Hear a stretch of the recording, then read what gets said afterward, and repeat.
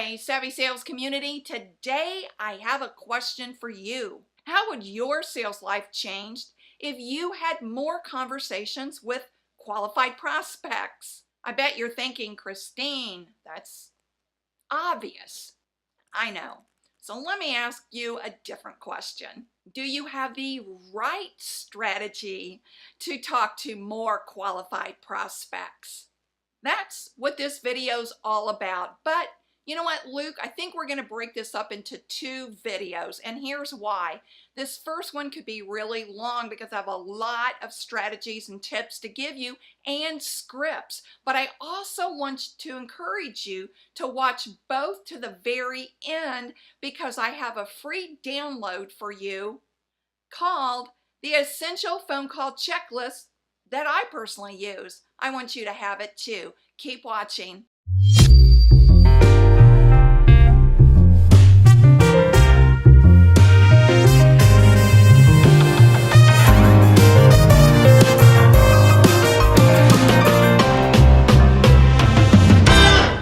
Hi, I'm Christine Harrington, the Savvy Sales Lady, your personal YouTube sales coach, helping you to become savvy at selling so you can improve your life and make a difference in all the lives around you. Now, you may be like most salespeople, struggling to get prospects to return your phone calls or answer your emails, right? I know, I struggled too, but keep this in mind. Cold calling and follow-up phone calls are a communication skill. You've heard me say before, you cannot make these phone calls on the fly or just wing it. So here are more tips on how to improve your communication skills over the phone and through email. And this is part one. So stay with me because it gets better. Tip number one, never, ever hang up when you get a voice message. You want to hear your prospect's voice message because it gives you clues about the prospect. And you want the prospect to hear your voice message because it gives him or her clues about you. The prospect needs to hear your voice.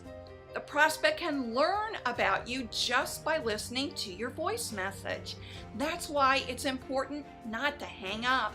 But what's even more important is that's why you have to have prepared voice message scripts to leave that compels the prospect to want to call you back.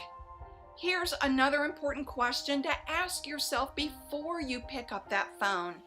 What is your goal for placing that call? Now, some will say to secure the appointment, or to qualify the prospect, or to find out who the right decision maker is. But is that really the goal? No, the goal is to get a response. Once you get a response, then you can qualify the prospect. Then you can find out who the right decision makers are, and you can set the appointment.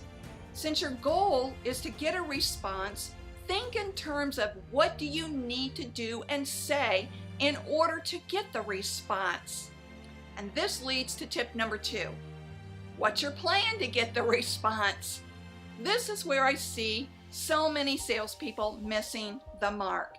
How consistent are you calling the prospect and following up with the prospect?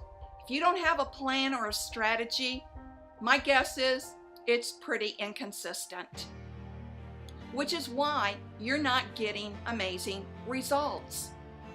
Here's a marketing tip.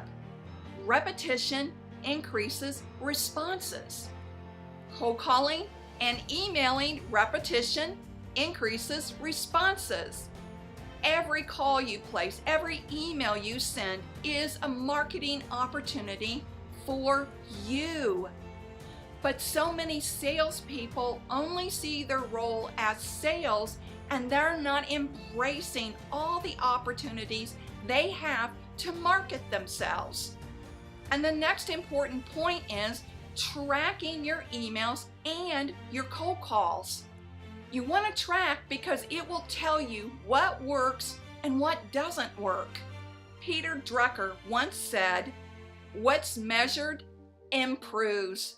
So this is the end of part 1, and I'll see you over at part 2, and don't miss it because I'm going to be revealing the new strategy that's been working amazingly for me, and I know it will for you too. Plus, you'll get the download, the free download of my essential phone call checklist. I'll see you over there.